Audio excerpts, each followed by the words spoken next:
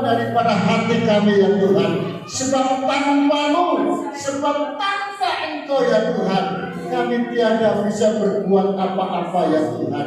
Itulah sebabnya Bapa di surga, hari ini kami pergunakan waktu sebaik-baiknya untuk kami mempermuliakan nama Tuhan, untuk kami memuji Engkau ya Tuhan. Bahkan saat ini kami telah siap untuk kami mendengar firman Tuhan. Bapa di surga, urapi hamba-Mu dan layakkan hamba-Mu akan dapat menyuarakan isi hati-Mu ya Bapa, sehingga semua yang hadir pada pagi hari ini, jelang siang hari ini ya Tuhan, datang mereka diberkati oleh Tuhan, pulang membawa jawaban daripada Tuhan, pulang membawa kesembuhan bagi yang sakit ya Tuhan. Terima kasih Bapa di surga, terpuji nama Tuhan.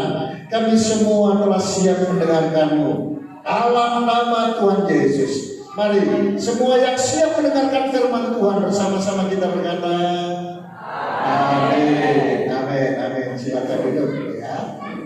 Ya. Salam semuanya. Ada sukacita? Amin. Coba perlihatkan kanan kirimu ya, sukacita. Karena sukacita harus senyum. Jangan ada yang merebut ya. Jangan ada yang merebut ya. Baik, saudara-saudara yang kasih, pagi hari ini kita akan lihat dari Kisah Para Rasul pada pasal yang ke-9 ayat yang ke-8. Kisah Para Rasul pada pasal yang ke-9 ayat yang ke-8. Ya. Baik, sekali lagi mohon maaf ya. Tapi berdiri dulu karena ini memang ayat pertama ya, yang kita akan bahas dulu. Ya. Hanya satu ayat. Ya. Dalam Kisah Para Rasul pada pasal yang ke-9 ayat yang ke-8. Ayat yang cukup singkat, saudara. Tapi dari sini kita akan belajar bersama tentang tema kita. 2, 3. Saulus bangun dan berdiri, lalu membuka matanya, tetapi ia tidak dapat melihat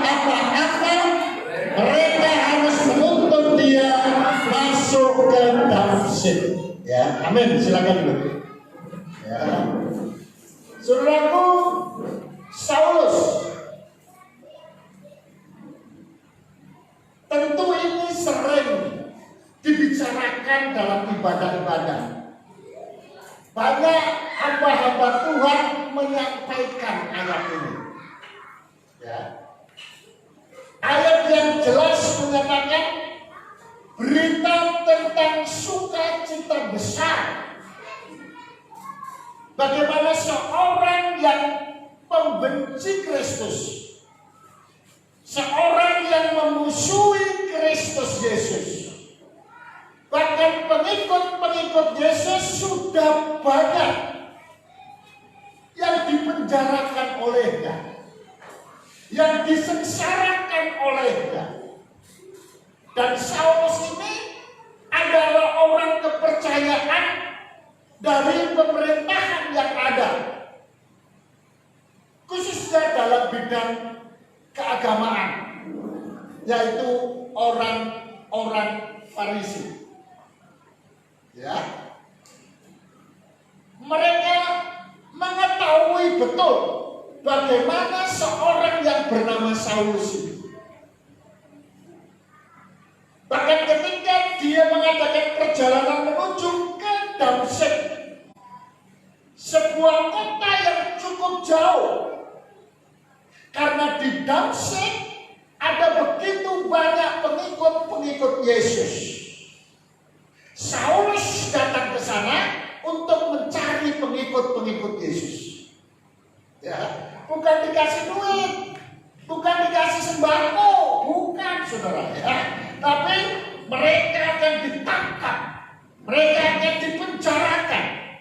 Ya, inilah sedikit tentang riwayat daripada seorang yang bernama Saulus. Ya, mempunyai nama besar, diagung-agungkan oleh masyarakat luas. Tapi dalam peristiwa ayat yang ke-8, saudara-saudara, orang yang gagah ini, orang yang punya nama besar ini, saudara-saudaraku yang kasih, ya, Saulus ketika itu jatuh, kalau saudara perhatikan ayat yang sebelumnya, ya, ada sinar yang menyilaukan, lalu kemudian ada suara. Ya, coba perhatikan di dalam ayat yang kedua. Ya, ayat yang kedua. Ya. Atau dari ayat 1 ya. Sementara itu berobar-obar hati Saulus untuk mengancam dan membunuh murid-murid Tuhan. Tuhan Yesus maksudnya ya. Ia menghadap imam besar dan meminta surat kuasa daripadanya untuk membawa kepada majelis-majelis Yahudi di Damsyik, supaya jika ia menemukan, perhatikan itu, laki-laki atau perempuan. Jadi semua orang, baik laki-laki maupun perempuan yang ia temui, saudara-saudara yang kasih, yang mengikuti jalan Tuhan, yang mengikut Yesus, dikatakan dia menangkap mereka dan membawa mereka ke Yerusalem. Untuk apa? Untuk diadili. Untuk apa? Untuk supaya dipenjarakan. Karena Yerusalem itu dikuasai oleh orang-orang Yahudi. Ya, dan mazhab yang paling besar itu adalah Farisi. Saulus itu adalah orang Farisi.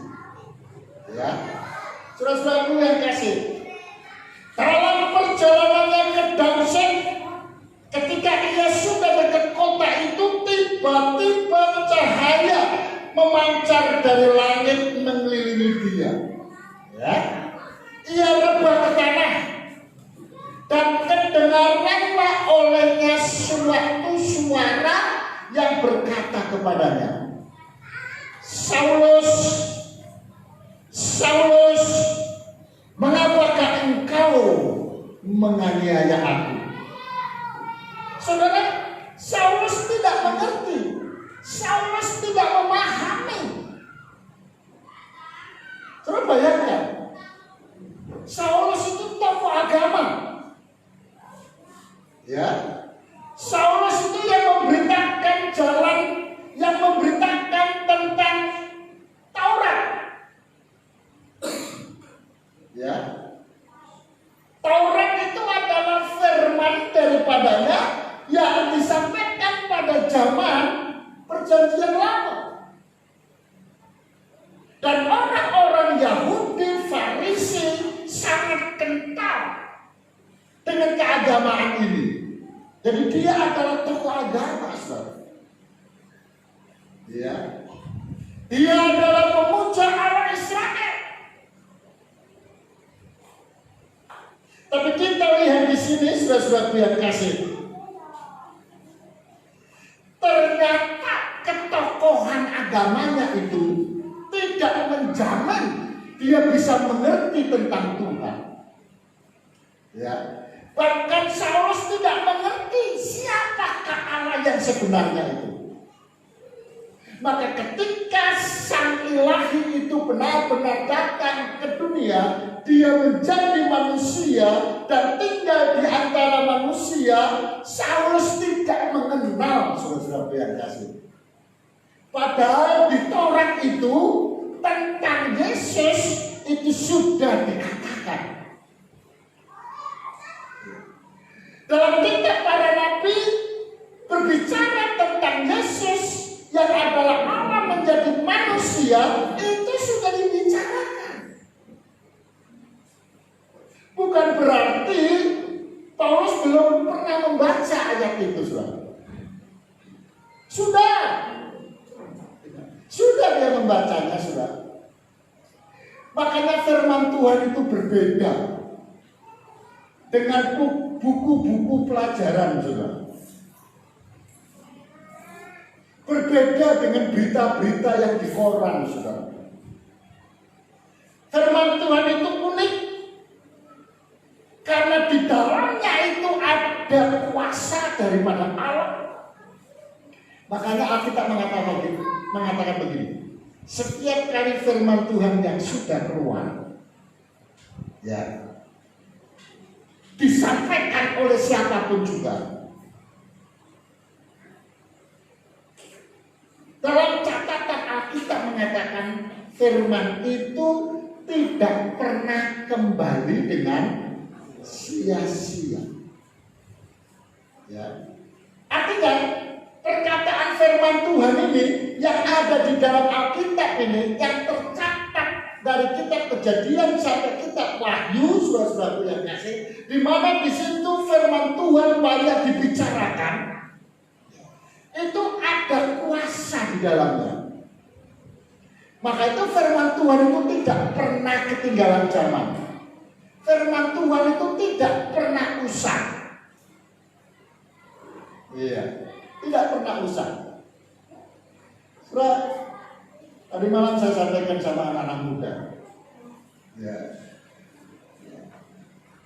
Karena saya sudah mempersiapkan untuk anak-anak muda, supaya anak-anak muda ada naik, ya.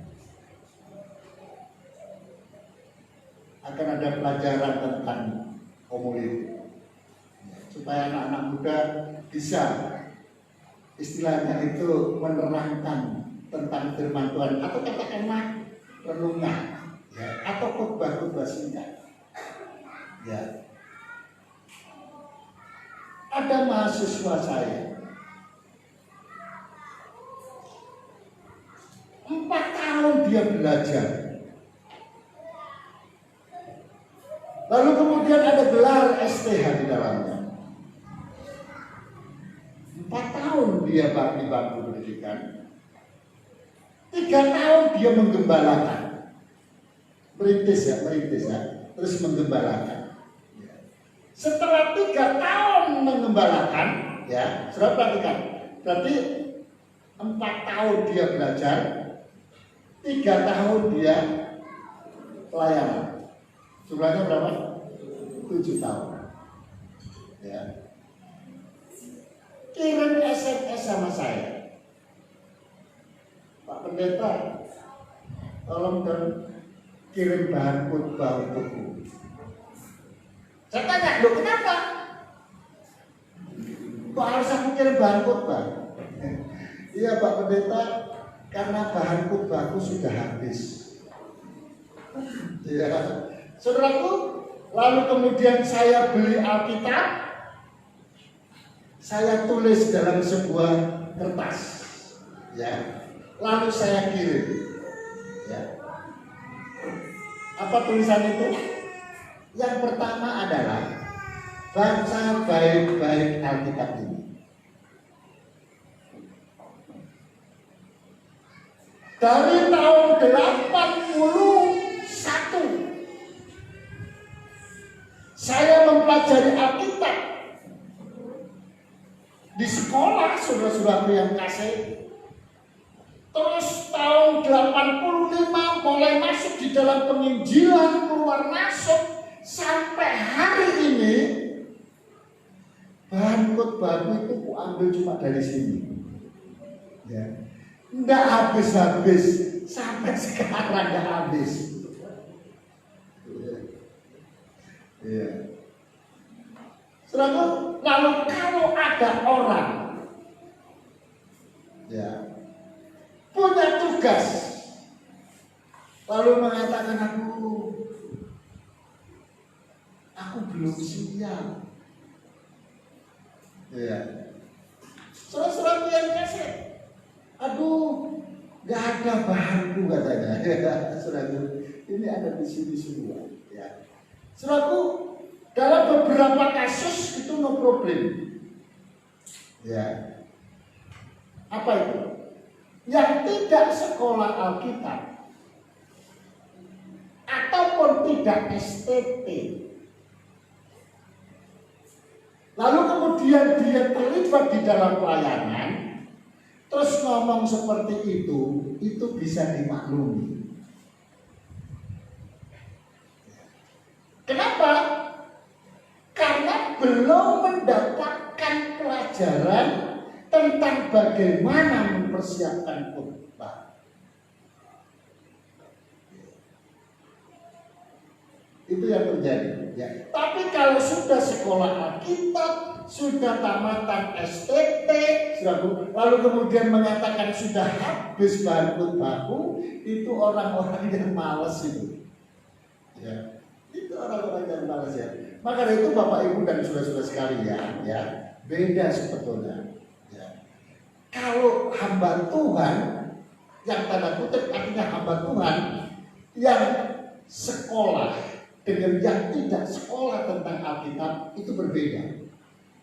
Ya. Karena kalau itu yang sudah sekolah Alkitab, dia memang sudah terpanggil, sudah belajar, ya, terus menerus, saudara-saudara yang kasih. Itu yang membuat akhirnya dia menjadi berbeda dalam pandangan mata Tuhan. Ya kan? Tapi zaman now, ya kan? Akhir zaman, saudara-saudara yang kasih, ada orang yang baru saja belajar khotbah, ya, orang itu bisa mengatakan, aduh, khotbah pendeta aku nggak bagus, ya, lebih bagus saya, ya. Saudara-saudara yang kasih, tapi kita lihat pada malam hari ini, pada siang hari ini, saudara-saudara yang kasih, ya, tentang Saulus ini, ya, kita perhatikan. Lalu kemudian setelah dia jatuh, dia bangun. Setelah dia bangun, dia berdiri, dia ngapain di situ? Membuka matanya. Tetapi ia tidak dapat melihat apa-apa. Ayat yang ke-8. Ya. Ia tidak dapat melihat apa-apa. Kalau tidak melihat apa-apa itu namanya apa? Buta. Iya. Saudara, coba saudara bayangkan. Ini saudara bayangkan. Tapi jangan diimani ya, jangan diimani. Ya. Saya suruh bayangkan, jangan dipani. Saudara tutup mata, lalu apa yang saudara lihat? Bisa melihat apa-apa? Tidak. Nah, kalau andai kata saya suruh saudara tutup mata, terus bangkit berdirilah, terus berlarilah.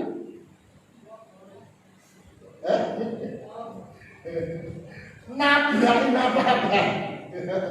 Suatu enak, enggak enak. Jadi buta itu menakutkan, menyiksa. Dan itu yang pernah saya alami ketika beberapa dokter di rumah sakit Sumatera Eye Center, bahwasanya mata Bapak itu kalau terlambat itu akan buta permanen. Lalu apa yang ada dalam hati itu? Peristiwa itu terjadi ketika diawali kami ada di Nias. Ya.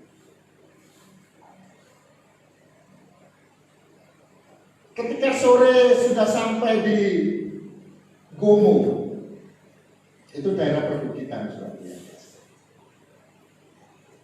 Kami berenang-renang di Sungai Gomo, sungai yang sangat jernih sekali. Sungai di mana pada tahun 2000-an kami sudah ke sana, sudah mandi-mandi di tempat itu, lalu lama tidak ke sana lagi. Kira-kira 4 tahun yang lalu saya pergi ke sana, rindu sekali untuk mandi. Wah, saya mandi bersama dengan Bapak Gembala di sana, ya. Lalu beberapa anak-anak muda, saudara-saudara yang kasih. Jadi begitu kami berenang, ya, bersuka cita, ada sesuatu yang sepertinya jatuh dalam kelopak mata saya. Dan sejak itu kayak ada jaring-jaring di dalam mata saya. Ya. Begitu saya melihat itu kayak ada jaring-jaring gitu, sangat mengganggu. Dan malam hari saya harus khotbah, ya, KKR, saudara-saudaraku yang kasih. Ada seorang yang tidak bisa melihat, ya, dan dia datang pakai tongkat.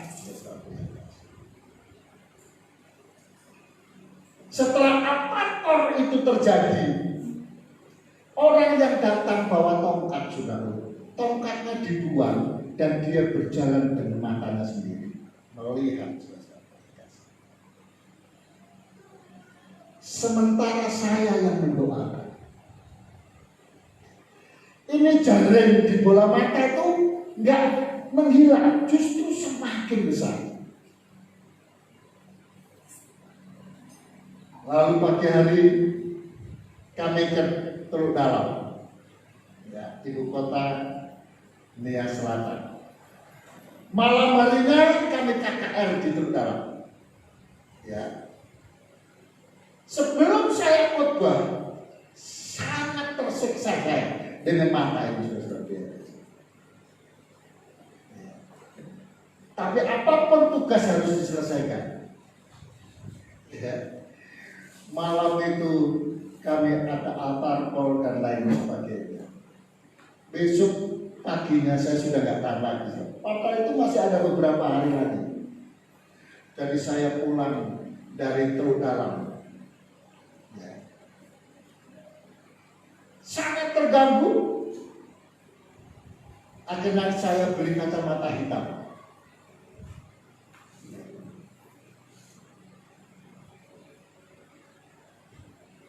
Dan akhirnya sampai ke Medan. Tiba di Medan kami periksa, mata memang, dan dokter bilang coba tunggu sampai 2 minggu lagi. hanya kasih obat tetes ya, dan memang ada beberapa obat yang diminum sudah dia kasih ya, dan itu semakin parah. Ada seorang pengurus dari gereja GKPS, dia bilang, Pak Pendeta, saya dengar Pak Pendeta punya masalah di mata. Oh iya Pak Pendeta, ini mata saya begini-begini. Oh gini aja Pak Pendeta, Pak Pendeta ku kenalkan dokter spesialis mata di Jakarta. Saya telepon. Oh iya Pak Pendeta, saya sudah tahu nama Bapak dari Epulus. Ya, itu majelis dari gereja GKPS di Jakarta. Bagaimana Pak Pendeta? Ya begini-begini, Pak Pendeta datang ke Jakarta.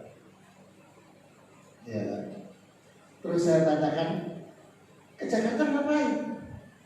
Ya, berita dari Epulus, Bapak harus dioperasi, tapi datang dulu. Ya, saya tanya saudara, waktu di Medan aja 60 juta, itu sekali operasi. Operasi kedua 40, berarti berapa? 100 juta. Saya kasih. Loh kalau di Jakarta apa nggak lebih mahal lagi? Ya. Tapi ketika saya tanya berapa biayanya, dokter bilang pokoknya Bapak datang saja ke Jakarta. Selalu datang bersama dengan istri hari Minggu malam, pagi-pagi ke rumah sakit. Ya, begitu dicek sebelah kiri, Pak Pendeta besok harus operasi. Dicek sebelah kanan, Pak Pendeta, maka sebelah kanan Pak Pendeta itu sudah mulai ada tanda-tanda. Solusinya Pak Dokter, maka sebelah kanan Bapak harus dilaser. Lihat biaya laser 6 juta. Uang di dompet Ibu Gembala 2 juta. Lebih ya? Lebih biayanya. Itu baru lasernya. Pak Pendeta bawa uang berapa? Kan nggak mungkin aku bilang bawa uang 2 juta. Hanya Tuhan yang tahu. Ya, sudah kasih ya. Akhirnya hari Senin itu pulang, mata saya dilaser dan lain sebagainya, sudah selesai. Lalu kemudian dokter itu cari tempat untuk kami di Okname menginap. Ya, dapat 1 malam 1,5 juta. 1 malam 1,5 juta itu tidak plus makan yang nungguin. Kalau makan saya gratis, tapi makan Ibu Gembala cari sendiri saudara-saudara yang kasih ya. Nah,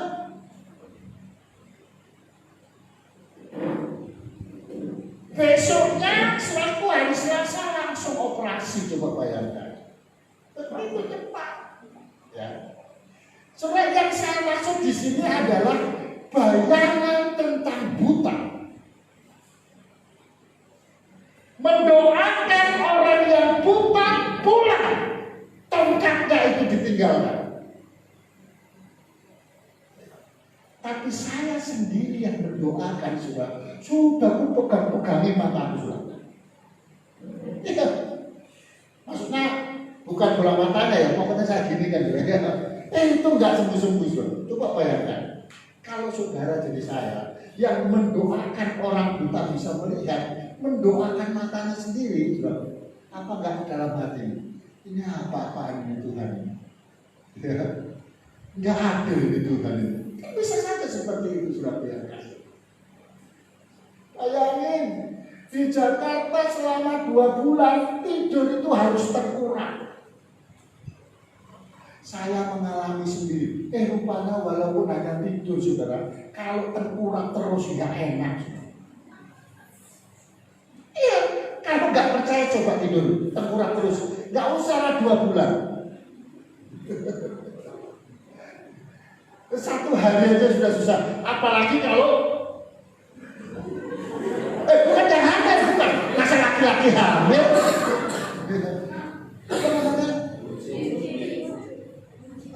Bucin.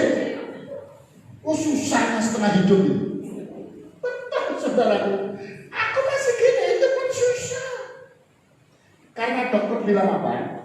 Ya. Ini untuk proses kesembuhan mata. Karena saya mata itu sarananya pakai gas, ya, bukan dilekatkan pakai silikon, tapi pakai gas. Gas itu kalau begini dia menekan ke atas, ya. Jadi retina mata yang lepas itu ditekan ke atas supaya melekat pada posisinya. Coba bayangkan. Kalau kita tidak begini, sudah-sudah yang kasih, maka nggak ada gunanya. Dan hasilnya akan buta. 2 bulan tidaknya begini, ya. Nah, kalau sudah 1 jam lebih boleh. Kalau umpamanya terlalu capek, boleh begini. Paling lama 15 menit harus gini lagi. Nah, coba berkaca lagi ya. Dan itu saya lakukan terus. Kenapa? Karena bayangan saya buta itu lebih parah. Menyiksa. Maka saudara, saya harapkan kepada Bapak Ibu sekalian, janganlah pengen buta. Karena saya lagi gak enak itu tadi. Nah, bayangkan Saulus, seorang yang punya nama besar, seorang yang berpengaruh, tahu-tahu dia buta. Gak enak, saudara-saudara biar kasih. Tapi apa yang dialami oleh Paulus? Coba kita lihat di dalam Kisah Rasul 22. Kisah para Rasul 22 ayat 12 dan 13. Kisah para Rasul 22 ayat 12 dan 13. Baik, kita baca bersama. 2, 3. Di situ ada seorang yang bernama Ananias, seorang saleh yang menurut hukum Taurat dan terkenal baik di antara semua orang Yahudi yang ada di situ. Perhatikan, ia datang berdiri di dekatku dan berkata, Saulus, saudaraku, bukalah matamu dan melihatlah. Dan seketika itu juga aku melihat kembali dan menatap dia. Saudara, Saulus, ya, itu bisa melihat kembali ketika dia mengamini apa yang diperintahkan oleh Tuhan. Memang yang ngomong adalah Ananias. Ya. Mengapa saya katakan melakukan mengamini apa yang dikatakan Tuhan? Ketika dia perjalanan di Damsyik, buta itu dituntun oleh teman-temannya sampai ke Damsyik berjumpa dengan Ananias. Dalam perjalanan itu, saudaraku, ketika dia buta, Tuhan berkata kepada Saulus. Saulus kan begini, ketika Tuhan katakan, Saulus, Saulus, mengapakah engkau menganiaya aku? Lalu kemudian Saulus berkata, siapakah engkau Tuhan? Ya. Lalu dia ceritakan siapa dirinya. Ya, dia adalah Yesus. Ya. Lalu kemudian engkau harus pergi ke Damsyik. Ada di sana hambaku namanya Ananias. Dan apa yang dikatakan olehnya, dengar baik-baik dan lakukan. Maka ketika Ananias berkata, Saulus saudaraku, bukalah matamu. Sudah 3 hari, bolak-balik dia sudah buka mata dan dia tidak bisa melihat. Bisa saja dia bilang, ya, ngecek kok ya. Iya. Udah 3 hari aku nggak bisa melihat. Ya. Sudah aku doakan pun, ya, nggak bisa melihat aku. Ya. Masa begitu datang, baru saja jumpa, kamu bilang Ananias, kamu suruh aku buka mata. Saulus tidak punya pikiran begitu. Ya. Karena dia ingat betul apa yang dikatakan oleh Yesus. Apa yang dikatakan oleh Ananias itu, lakukan masa. Ya. Maka ketika Ananias katakan bukalah matamu, lalu dia terima itu sebagai perintah Tuhan, dia actionkan, dia buka matanya. Begitu dia buka matanya, saudara-saudara yang kasih, dia bisa melihat. Nah, itu sukacita besar yang dialami oleh Saulus, ya. Dan saya juga begitu, saudara yang kasih. Saya bayangkan kalau aku dulu buta gimana, gitu ya. Nah, saudara-saudara yang kasih, berbicara tentang bukalah mata, ya, bukalah mata. Kita baca di dalam Matius pada pasal yang ke-6. Matius pada pasal yang ke-6, ayat yang ayat yang ke-22 dan 23. Matius pada pasal yang ke-6, ayat 22, 23.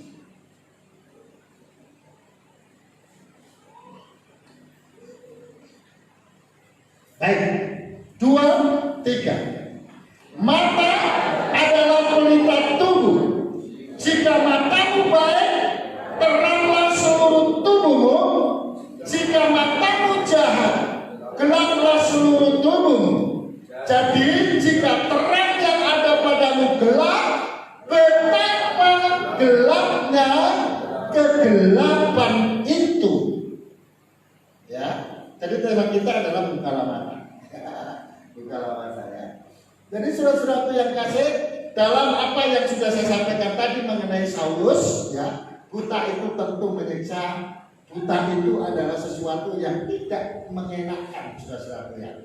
Makanya ketika Paulus atau Saulus itu bisa membuka matanya lagi, bisa melihat, dia betul-betul ikut Tuhannya itu luar biasa, ya, luar biasa. Nah, berbicara tentang buka mata, ya, ini adalah kiasan-kiasan.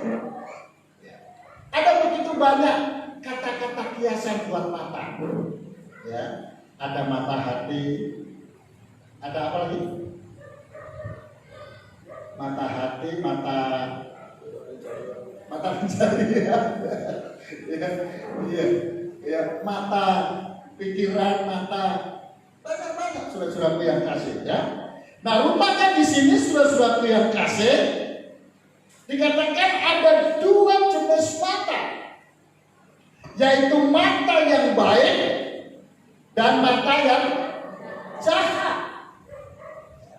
Saya ada catatan di sini, ada beberapa saudara-saudara yang kasih.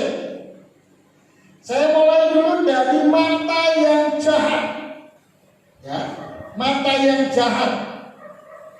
Ada tanda-tandanya, ada indikasinya mata yang jahat itu. Coba kita akan lihat Matius 7 ayat yang ke-3 sampai dengan yang ke-5. Matius 7 ayat yang ke-3 sampai dengan ayat yang ke-5. Kita baca 2, 3. Mengapakah engkau melihat selumbar di mata saudaramu, sedangkan balok di dalam matamu tidak engkau ketahui?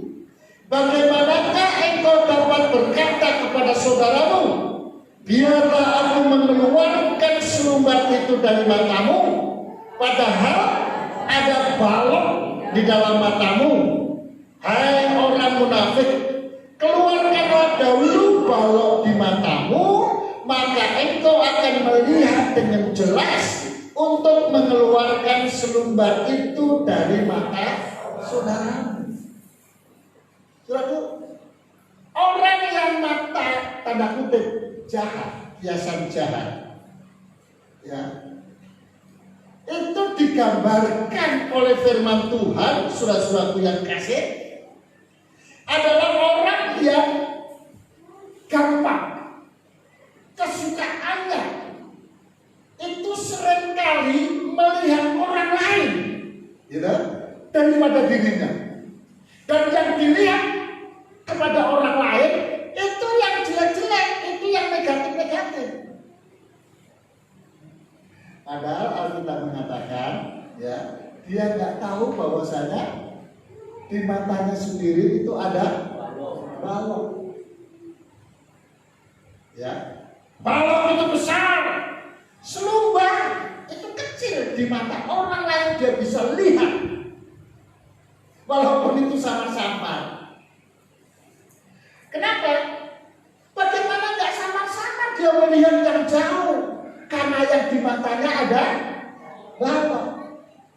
Maka Alkitab mengatakan, kalau kamu ingin melihat kesalahan orang lain, negatifnya orang lain, tuh buka dulu tuh, buang dulu itu, cukai dulu itu apa?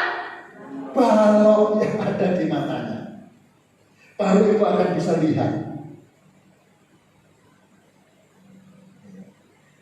Pernah dapat cerita, ada seorang yang kedapatan berzina, ya kan? Orang-orang Farisi, ahli-ahli Taurat, semuanya bawa batu. Yesus harus diapakan dia ini? Menurut Alkitab ini harus dilempari batu. Ini batu sudah di tangannya. Jawabannya Yesus apa? Nulis dia di tangannya. Siapa yang tidak berdosa, lemparlah batu sama dia. Ini orang-orang Farisi sudah bawa batu dia. Siapa yang tidak berdosa, silakan lempari batu. Hah? Mundur dia, mundur dia, ya. Menyadari kalau dia itu berdosa. Sampai akhirnya nggak ada yang melempari batu. Wanita yang kedapatan berzina itu. Ya, itu sama dengan ini. Ya toh? Kenapa di akhir zaman ini banyak manusia-manusia Kristen yang katanya rohani, yang katanya agamanya lebih baik, saudara-saudaraku yang kasih, tapi yang ada dalam hatinya dia suka untuk mencari kejelekan-kejelekan orang lain. Saudara, itu Tuhan tidak suka. Ya, wahai kita semua yang ada di Philadelphia 2 ini, ayolah kita berhenti untuk mencari kejelekan-kejelekan orang lain. Apalagi sesama Philadelphia, cuma Tuhan, saudara-saudara yang kasih. Ini Tuhan kasih kaya. Ya, jadi mata yang jahat, tanda kutip matanya, saudara-saudara yang kasih, itu adalah orang yang mudah mencari kejelekan-kejelekan orang lain ataupun kesalahan-kesalahan orang lain. Ya. Markus 12 ayat 40. Markus 12 ayat yang ke-40.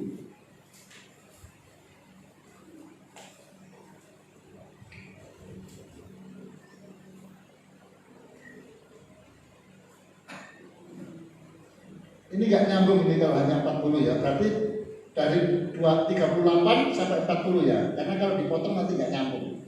Ayat 38 surat yang kasih 12 ayat 28.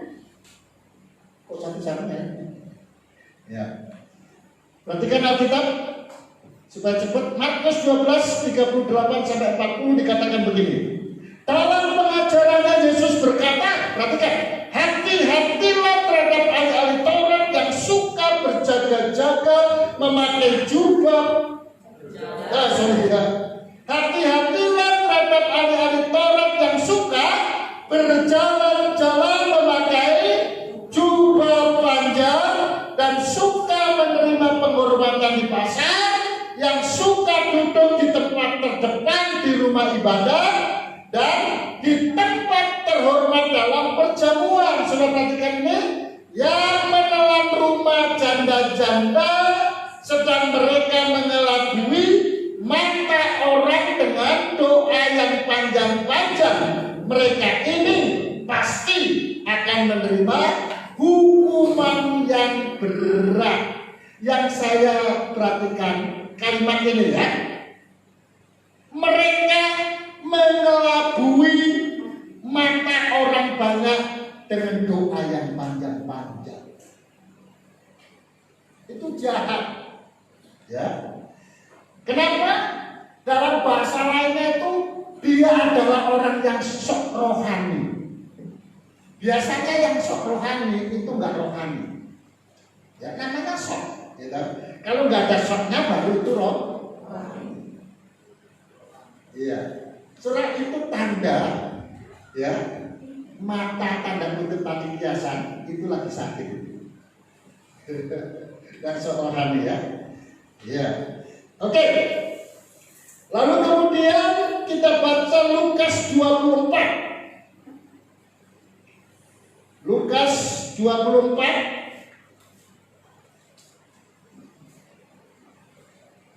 ayat 15 dan 16. Lukas 24 ayat 15 dan 16. Baik, kita akan baca bersama.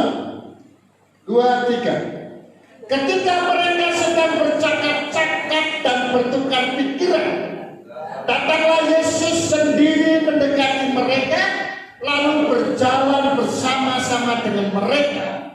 Tetapi ada sesuatu yang menghalangi mata mereka, sehingga mereka tidak dapat mengenal Dia. Jadi saudara-saudaraku yang kasih, ayat ini memberitahukan kepada kita ya, bagaimana orang yang selalu bersama dengan Yesus, bagaimana seorang yang ada ketika Yesus ada bersama dengan mereka. Ketika Yesus sudah dikuburkan, Yesus sudah mati, dia berjalan sama kawannya, dia ngomong-ngomong, bercakap-cakap. Gimana kita ini ya? Yesus itu harus bagaimana ya? Ya jadi timbul keraguan-keraguan. Padahal kalau Yesus ada sampai sekarang enak kita. Saudara-saudara, padahal Tuhan Yesus sudah memberitahukan ketika dia masih hidup, aku tidak pernah meninggalkan engkau seperti yatim piatu. Artinya apa? Dia itu akan selalu bersama dengan mereka, hanya bentuknya yang berbeda. Ketika dia Yesus, dia manusia. Tapi ketika dia sudah mati naik ke surga, itu Roh Kudus. Tapi dia masih bingung. Ya, itulah sebabnya ayat yang ke-16 memberitahukan ada sesuatu yang menghalangi mereka. Jadi untuk kita bisa melihat Tuhan, kalau mata kita itu ada selubung, kita nggak bisa melihat Tuhan. Ya. Sekalipun itu sudah bersama-sama dengan Tuhan, ya, tapi dia nggak mengenal Dia. Ya, kenapa? Karena ada keraguan. Maka menjadi orang percaya, jangan ragu-ragu. Ya, jangan ragu-ragu. Ya. Baik. Lalu kemudian saya akan lompat ke mata yang baik. Amsal 20 ayat 13. Amsal 20 ayat 13.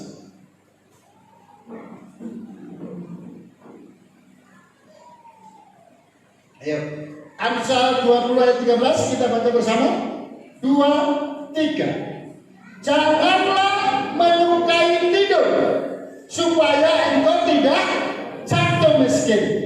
Bukalah matamu dan engkau akan makan sampai kenyang. Saudara, Amsal itu adalah banyak kata-kata kiasan. Ya. Jadi kalimat yang mengatakan janganlah menyukai tidur. Tidur melulu. Itu bahasanya orang malas, saudara. Ya. Maka Alkitab mengatakan orang kalau tidak bekerja jangan makan. Jadi kalimat yang berikutnya mengatakan, bukalah matamu dan engkau akan makan sampai kenyang. Itu artinya kita harus terus waspada. Ya. Di dalam sisi kerohanian waspada kita adalah kita terus beribadah, kita terus berdoa, kita terus membaca firman Tuhan. Itu dari sisi kerohanian. Dari sisi jasmani kita tidak boleh malas. Ya, tidak boleh malas. Yang kedua, mata yang baik. Ayat 29. Ini sudah mendekati selesai ya. Ayat 29, 15 dan 16. Ayat 29, 15, 16. Baik, kita baca bersama yuk. 2, 3. Aku menjadi mata bagi orang buta dan kakiku bagi orang lumpuh. Aku menjadi bapa bagi orang miskin dan perkara orang yang tidak kukenal kuselidiki. Ya, itu artinya apa nih ya? Aku menjadi mata bagi orang buta. Ya. Jadi orang yang mempunyai tanda kutip mata yang baik, dia harus bisa menjadi mata bagi orang buta. Orang buta itu nggak tahu kemana-mana. Coba kalau orang buta nuntun orang buta, Alkitab berkata apa? Masuk jurang. Kalau orang buta nuntun orang buta, maka ya kita sebagai orang yang percaya kepada Tuhan, kita harus mampu menjadi mata bagi orang buta. Artinya kita harus menjadi kesaksian, ya.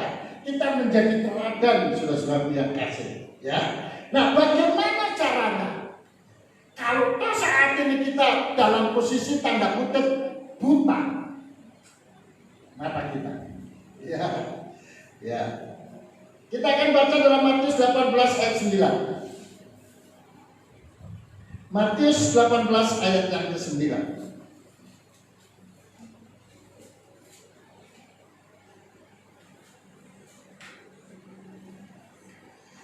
Matius 18 ayat yang ke-9 kita baca 2, 3. Dan jika matamu menyesatkan engkau, cungkillah dan buanglah itu, karena lebih baik bagimu masuk ke dalam hidup dengan bermata satu daripada dicampakkan ke dalam api neraka dengan bermata dua. Itu biasanya surat-surat yang kasih cungkil itu yang membuat kita sesat. Buang itu. Ya, itu yang Tuhan mau ya. Nah, yang terakhir surat-surat yang kasih.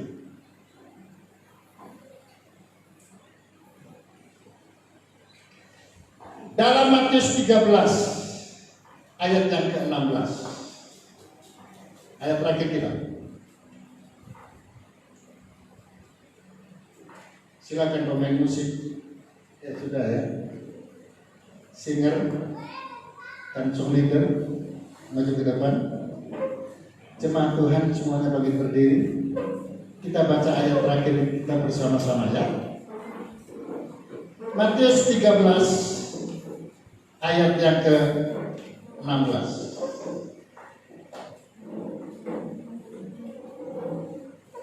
Matius pada pasal yang ke-13 ayat yang ke-16.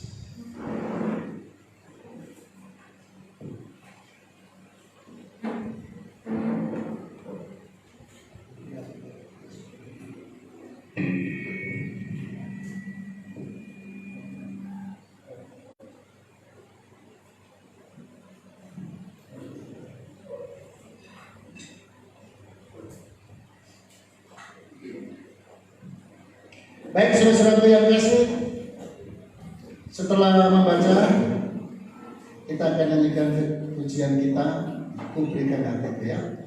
Baik, kita baca bersama dalam Injil Matius 13 ayat yang ke-9. Okay. 16, sorry. Matius 13 ayat yang ke-16. Kita baca 2, 3. Tetapi berbahagialah matamu karena melihat dan telingamu karena mendengar. Kita tundukkan kepala kita, saudara-saudara yang kasih.